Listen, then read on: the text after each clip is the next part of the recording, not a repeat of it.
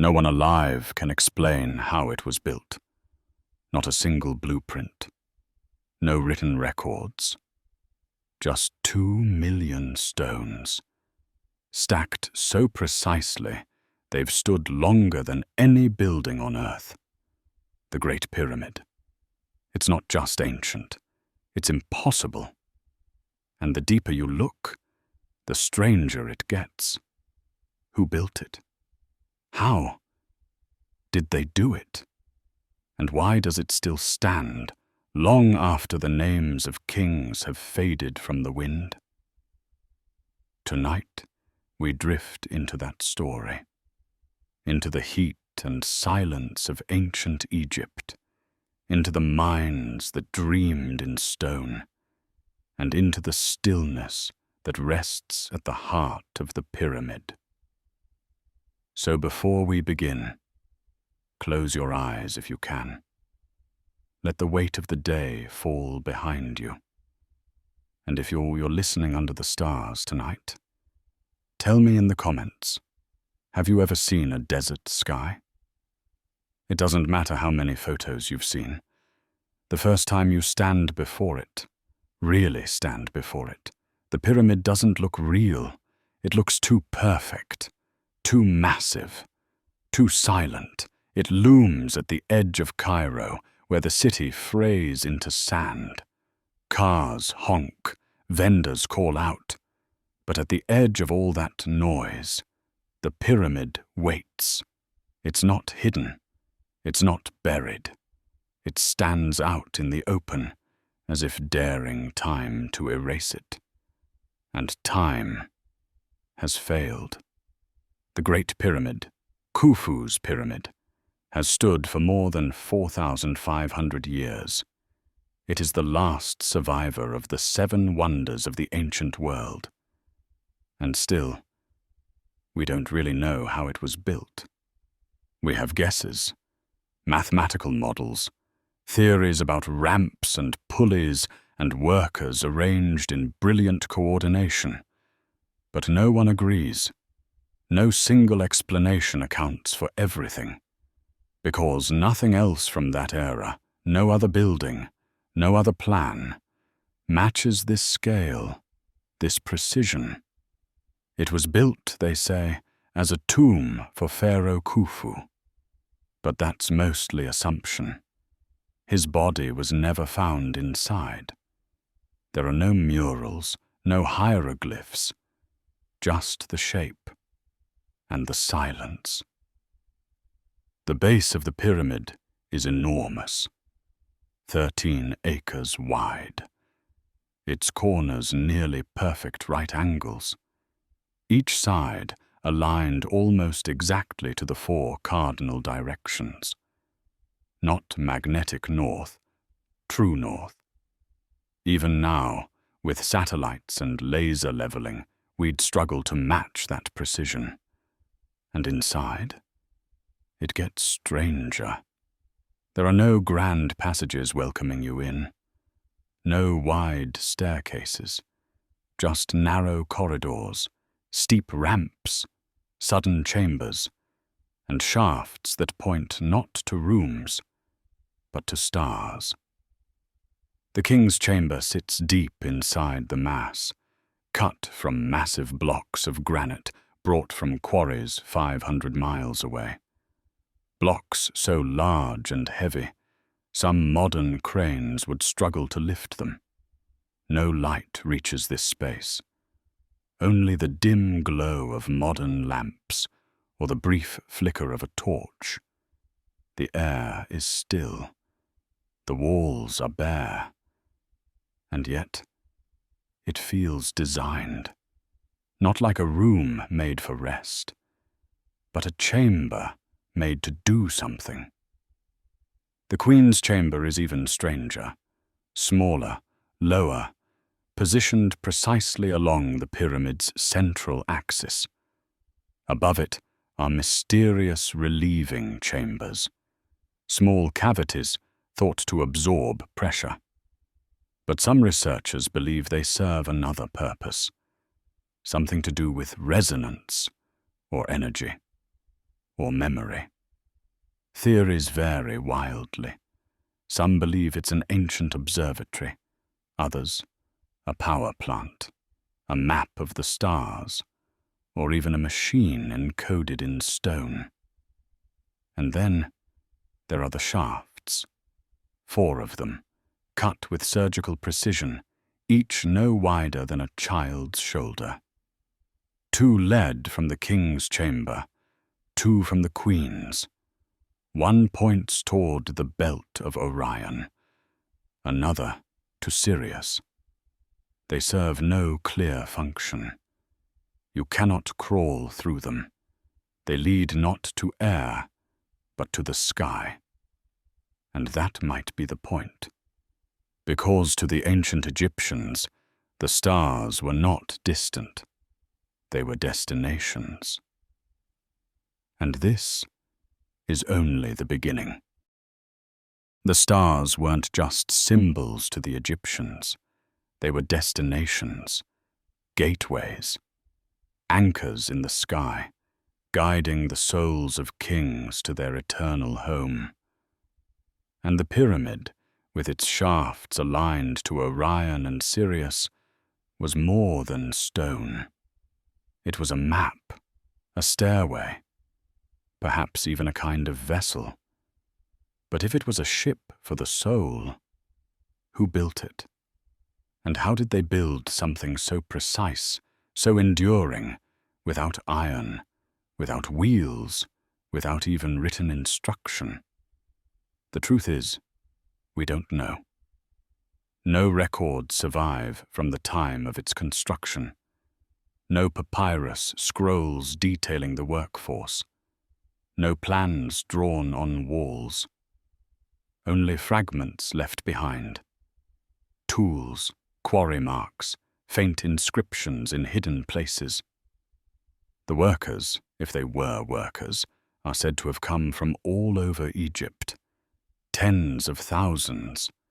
Not slaves as once thought, but skilled laborers, craftsmen, stone haulers and masons, organized into rotating crews, fed, housed and buried with dignity.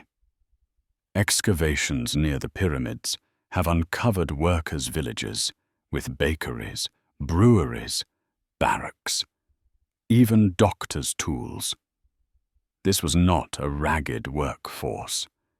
It was a planned operation, massive, methodical, monumental.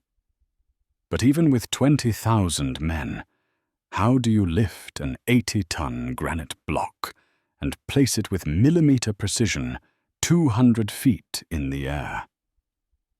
No ramps have been found. No pulley systems, no scaffolding left behind. Just the result. The stones, locked together with such fine seams that not even a credit card could slip between them. Some believe massive straight ramps were used.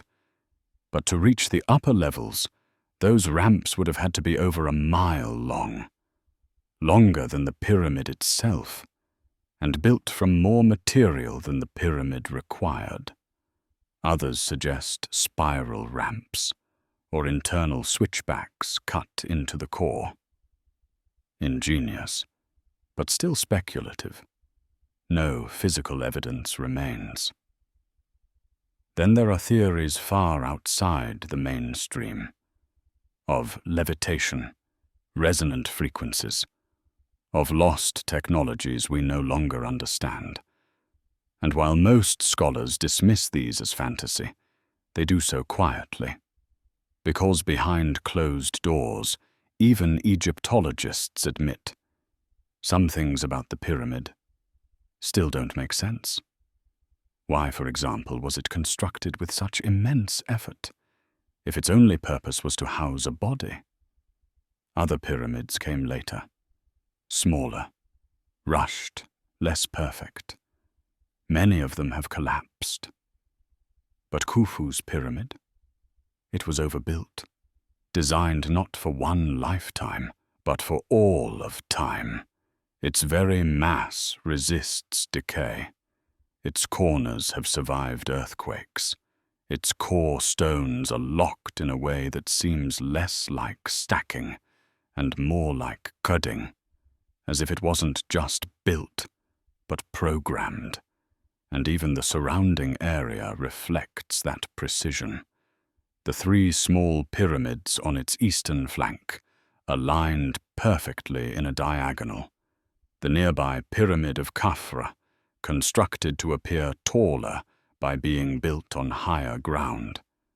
And beyond that, the enigmatic Sphinx, half lion, half man, facing east, watching the horizon as if expecting something to return. Many believe the Sphinx predates even the pyramids. Carved from a single limestone ridge, its weathering patterns suggest long centuries of rain that hasn't fallen in the region for over years. If true, it would place the Sphinx before dynastic Egypt, before the pharaohs, before recorded history, and if something older carved it. Who were they? What knowledge did they possess? The deeper we go, the less certain things become. What we call ancient may only be recent echoes. Far below the desert wind, beneath the pyramid's base, there are other chambers, hidden, blocked off. Some only recently discovered by ground-penetrating radar, others still unexplored. In 2017, a team using muon tomography, an advanced particle imaging technique, detected a vast void inside the pyramid, roughly the size of a passenger plane. Empty, unreachable, unexplained. It sits above the grand gallery, the sloped passageway leading to the king's chamber. But no tunnel leads into it. No known entrance exists. What is it? Why was it left untouched for over 4,500 years? Some suggest it's simply an architectural feature, a weight-relieving cavity. But if that's true, why conceal it? Why seal it so thoroughly it required cosmic particles to reveal? No answers yet. Only echoes. Only shapes in the stone. And so we begin to understand. The pyramid is not just a monument. It's a puzzle, a message across time. And the closer we get to the center, the more it seems to recede. We are used to thinking of history as a trail of facts, dates, names, events laid neatly in a line. But the Great Pyramid is not neat. It resists timelines. It holds things back. And beneath its layers, we find something deeper than stone. Because not all mysteries here are physical. Some are mathematical. The pyramid's dimensions seem to carry secrets of the earth itself.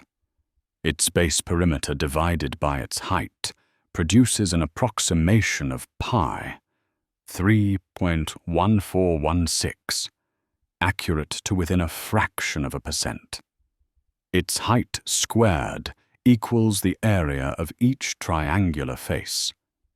Its base, divided by twice its height, approximates the golden ratio. These values were not known to the Greeks for another 2,000 years. So how did the builders arrive at them? Coincidence? Possibly. But if it was chance, it happened more than once, because the pyramid also appears to encode the dimensions of our planet. If you multiply its height by 43,200, you get the polar radius of the Earth.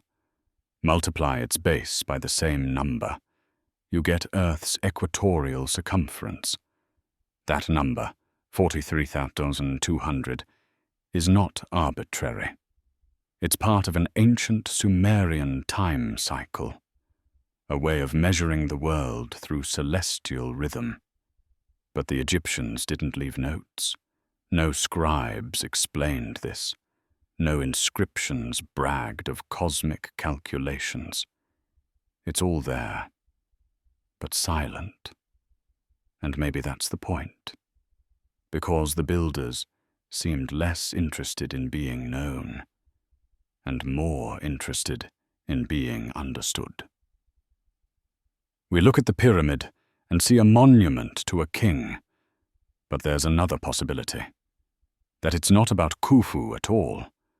That his name is just a footnote, an addition to something much older, much stranger. Some researchers believe the pyramid was not built in the 4th dynasty, but only restored then. That Khufu may have inherited a structure already ancient in his time. It's a radical theory, but the clues are subtle. Beneath the Great Pyramid are tunnels and cavities far older than its upper stones, water-weathered rock, carved galleries deep underground, and a subterranean chamber, raw and unfinished, cut into the bedrock with no clear purpose. No sarcophagus was ever found there. No offerings, just a square pit, and the sound of dripping water in total darkness. If the pyramid was meant as a tomb, why leave the lowest chamber rough? Why leave no inscription anywhere? It's as if it wasn't meant to be seen, only to be felt, or activated, or remembered. And then there are the stories, the ones passed down through travelers and ancient scribes, about sounds in the tunnels, light without flame, rooms that echo even when silent. In the Middle Ages, Arab historians spoke of machines powered by sound, of strange knowledge buried under the sand, of chambers that glowed with blue light. These tales were dismissed as myth until explorers found copper hooks in sealed shafts, burn marks along the ceiling, and traces of acidic compounds in the Queen's chamber, as if some chemical reaction once occurred there. Again, no proof, no conclusions, only questions that refuse to die. And beyond the pyramid itself, there's what surrounds it. The layout of Giza is not random. The 3 great pyramids mirror the 3 stars of Orion's belt, Al-Nitak, Al-Nilam, and Mintaka, offset slightly, just as the stars appear in the sky. To the ancient Egyptians, Orion was Osiris, god of the afterlife, the underworld, and resurrection. The Nile, they believed, was a mirror of the Milky Way, and the pyramids, a reflection of heaven on earth. This suggests more than architecture. It suggests intent, a blueprint not just for a building, but for a belief. And yet all of this was done without modern tools, no cranes, no GPS, no computer modeling, just knowledge of stone, of stars, of silence, and maybe of something else. Because the more we study the Great Pyramid, the more it begins to feel less like a monument and more like a message, not to the gods, not to the pharaohs, but to the future, to us. It hums. That's what some researchers say. If you stand in the king's chamber, alone, in stillness, you can hear it. Not a sound, exactly. More like a vibration, a pressure against the ribs, a low, steady frequency, as if the stones themselves are waiting to be heard. The Great Pyramid may not just be a monument. It may be a resonance chamber. The granite blocks used in the King's Chamber, sourced from faraway Aswan, have unusual acoustic properties.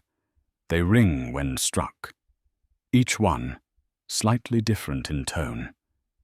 Together, they form something close to an instrument. It wasn't random. The dimensions of the chamber match certain sound wavelengths, specifically those in the 432 Hz and 440 Hz ranges. Frequencies long believed to resonate with the human body. Some call this coincidence, others design. Because throughout the structure, the architecture behaves strangely under sound. Whispers carry, footsteps echo. Some frequencies disappear entirely, others amplify. In recent years, experiments have shown that certain tones cause the walls to vibrate.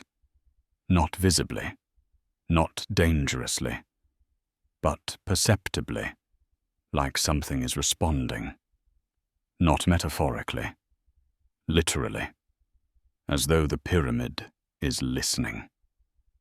And then there's the void, discovered in 2017 using muon tomography, a kind of cosmic X-ray that uses particles from space to image dense objects. This cavity lies above the Grand Gallery. Long, wide, tall as a cathedral. But there's no tunnel into it, no known chamber, no mention in any text. It simply exists. Some say it's structural, an accidental pocket left behind.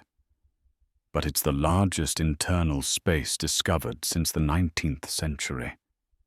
And it lies precisely where it would matter most, at the heart of the pyramid's mass. Is it a hidden chamber? Was it sealed deliberately? Or is it part of something larger, a mechanism long dormant? We don't know. Not yet. Because the Egyptian government has forbidden entry, no drilling, no endoscopic probes, no interference. It will remain untouched. At least for now. But that's not the only mystery hiding in the stone. There's a feature deep beneath the surface, beneath even the subterranean chamber, where radar has detected tunnels, multiple, intersecting, going nowhere and everywhere. Some appear to connect to other nearby structures, others simply stop.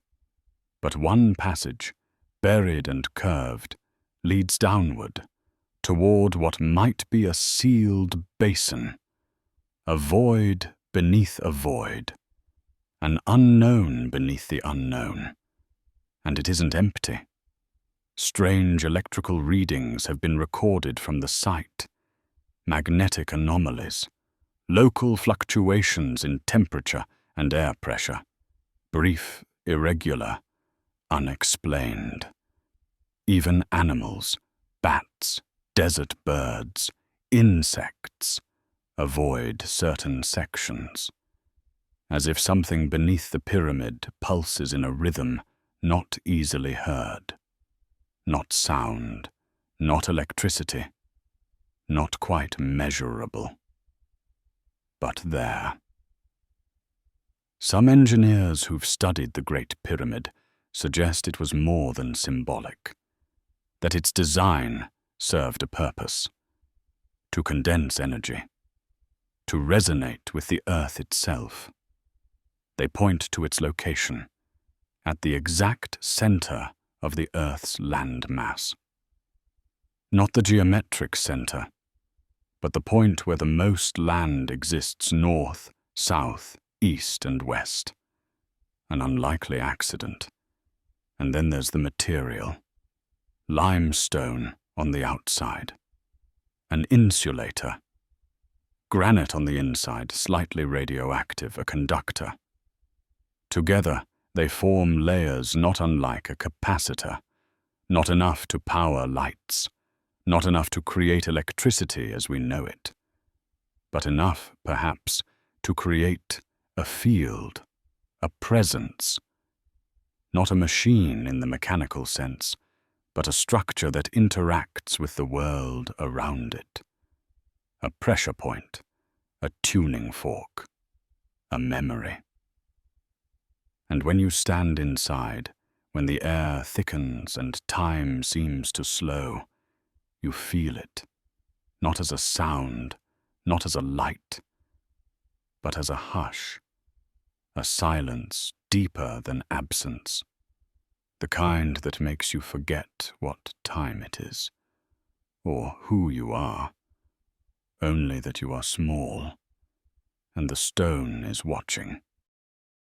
The deeper we look into the Great Pyramid, the further back it seems to reach, not just into Egypt's past, but into something older, something deeper than dynasty or crown. Because the pyramid doesn't feel like the beginning of something. It feels like the end, the last trace of a knowledge now gone. Some ancient texts, long dismissed as myth, hint at this. The writings of Greek historians, the scrolls of Arab scholars, even fragments of Plato. They speak of a time before the flood, before writing, before kings, when knowledge moved not through ink, but through memory, vibration, and stone. The ancient Egyptians themselves claimed they did not invent civilization. They inherited it from those they called the followers of Horus, a race of enlightened beings who came before, beings who measured the stars, mapped the earth, and built in ways now lost. To most scholars, this is allegory, poetry, symbol. But to others, it's a record, and the pyramid, so advanced, so enduring, so unlike the crumbling tombs that followed, may be the most visible artifact left behind by that forgotten time. We see similar shapes around the world, in Mexico, in Cambodia, in China, in places that supposedly never communicated, never knew of each other's existence. Yet the patterns echo. Pyramids, mounds, temples aligned to the stars, anchored to the solstices, resonant with geometry. Was this convergence, coincidence? Or was there once a shared language, a geometry of the soul, passed hand to hand across the ages? The Great Pyramid fits this pattern, but with far greater precision. Its proportions encode not only Pi and the golden ratio, but the precession of the equinoxes, a 26,000-year cycle of the Earth's wobble, a movement so subtle you could only track it by watching the stars for centuries. And yet it's there, hidden in slope and stone, not shouted, just placed, quietly, intentionally. In the 1930s, mystic Edgar Cayce claimed the pyramid wasn't designed by the Egyptians at all, that it was built, rather, rebuilt, by survivors of an earlier age. A global seafaring civilization long lost to flood and fire. He described it as a hall of records, a stone-encoded archive for knowledge too dangerous to carry into the dark, stored beneath the desert, beneath the pores of the Sphinx. This was dismissed as fantasy. But in the 1990s, seismic surveys beneath the Sphinx did reveal a chamber, rectangular, empty, or unopened, still sealed. No one is permitted to dig, not even today. The official line is that the chamber is natural, a hollow in the limestone bedrock, nothing more. But the coordinates match Casey's descriptions almost exactly, and the refusal to explore only deepens the mystery. And then there are the old stories, the ones told not in libraries, but in sand and stone and whisper, that the Great Pyramid is a calendar, a compass, a vault, that it holds not a king, but a cycle, the measure of ages, the reset of time. Some say its very presence marks a hinge point, a pivot in human consciousness, that its design is more than physical, that it's psychological, spiritual, built not only to endure the physical collapse of a world, but to preserve a vibration, a frequency, something living, not a machine in the mechanical sense, but something more subtle, a prayer of stone, a song, cast in silence. Even today, people report strange feelings within its walls, disorientation, timelessness, moments of clarity or weightlessness, dreams that echo for days. Some speak of healing, others of visions. And though science has no way to measure these, the accounts persist. Thousands of years, thousands of visitors, and the same words return. Something is different here. And perhaps that's the point, because even if no secret chamber is found, even if no lost texts emerge, no star maps or glowing orbs, the pyramid still works. It still moves something in us, a reminder that not everything must be fast, that some things are meant to last, to endure, to wait, not for attention, but for understanding. We like to think we've seen everything, mapped the planet, measured the stars, cracked the code of pyramids long buried. But the Great Pyramid reminds us we're still learning how to see. For most of its history, exploration meant crawling through stone, lamps and ropes, dust and darkness. But in recent years, we've turned to the invisible. We've begun scanning what we cannot reach, and what we've found is stranger than what we expected. In 2017, scientists from Japan and France used cosmic particles, muons, to scan the Great Pyramid.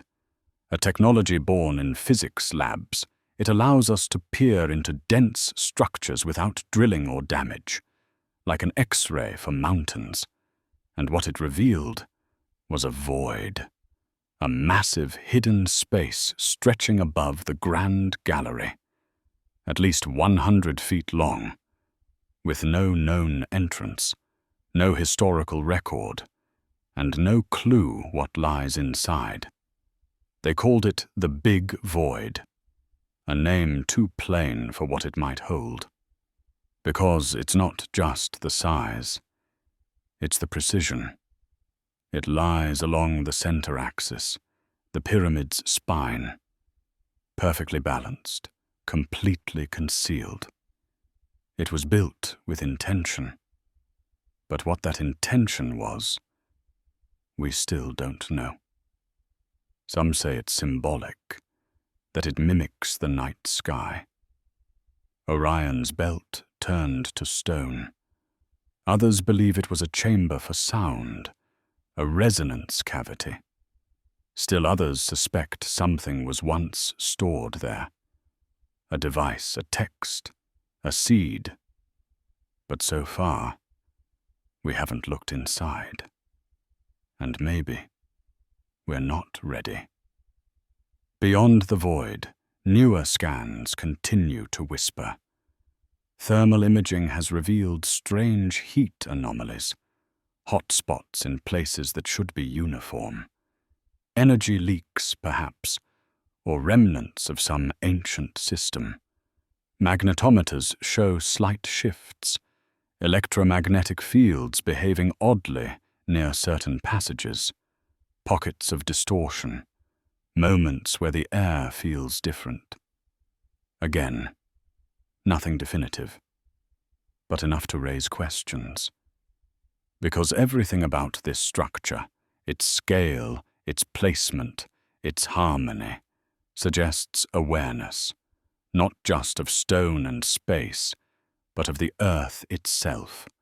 Its base is leveled to within less than an inch. Its corners face true cardinal directions. Its position aligns almost perfectly with the continents of the world. And the more we study it, the more it seems like something meant to last until we had the tools to begin to understand. As if it was waiting. Yet for all our scans, we've uncovered only a little, and touched almost nothing. No one has entered the big void. No one has opened the sealed shafts. No one has descended into the deepest known tunnel beneath the site. Because every time we reach a threshold, the path stops. By design, whether out of reverence or control or fear. Some doors are not opened, and others cannot be. And in the midst of all this stillness, there are whispers from those who've spent time inside. Not scientists, not officials, just people who speak of dreams, of visions, of moments where time loses shape and thought moves differently, of standing in the king's chamber and feeling watched, not with menace, but with memory, as if something is preserved there, not an object, not a secret, but a frequency, a quiet truth. And maybe that's the answer. That the pyramid wasn't made to store something, but to echo it, to sustain it, to repeat it, endlessly. A tuning fork for consciousness, a monument to awareness, a reminder carved into the planet's skin, not to be solved, but to be still with, to listen to remember. The Great Pyramid has stood for over 4,500 years. Through war, flood, earthquake, empire, and silence. It has watched the desert shift, watched cities rise, watched time itself lose count. And still, it stands. Not broken, not crumbling, but still, as if built to last longer than memory. We don't know why it was built, not really. Theories weave in and out like wind through stone. That it was a tomb, a temple, a beacon, a clock, a power source, a code left for us. That it was the final breath of a civilization we barely understand. Or a message from an age that knew what was coming and chose to leave something behind. But none of these answers settle fully, because the Great Pyramid was not built to explain itself. It was built to endure. And in that endurance, it whispers. We live in a world of noise, of motion, of questions asked loudly and answers delivered fast. But the pyramid reminds us not all questions want to be solved. Some want to be kept, held, felt. There is value in mystery, in the silence between certainties, in the shape of something that knows and does not speak. Inside, the air is cooler, older, still. Your footsteps echo as if you're not alone, as if stone itself is remembering each sound. The chamber breathes, the granite vibrates, and when you stand there, not thinking, not asking, just being, you begin to understand. The pyramid isn't trying to tell you anything. It's helping you remember what you already knew. Because somewhere inside, in its angles, in its alignments, in its perfect, impossible weight, is the shape of a question older than words. A question the builders once held in their hands, and then gave to the future, to us. We don't know if they thought we would understand, if they believed we would last this long, if they carved it in hope or in farewell. But we do know this. They built it to last, and it has. And tonight, beneath the stars that watched its birth, it is still there, waiting, not for answers, but for wonder. Thank you for walking through this mystery with me. If this journey brought you stillness or stirred something quiet in your imagination, gently like and subscribe, so these stories can continue finding those who listen. Share it with someone who believes in questions with no end. And when you rest tonight, may you feel the calm of something vast, something enduring, something older than fear, reminding you not everything needs to be solved. Some things are meant to be felt, and some monuments are meant to wait. Sleep well, and let the silence carry you.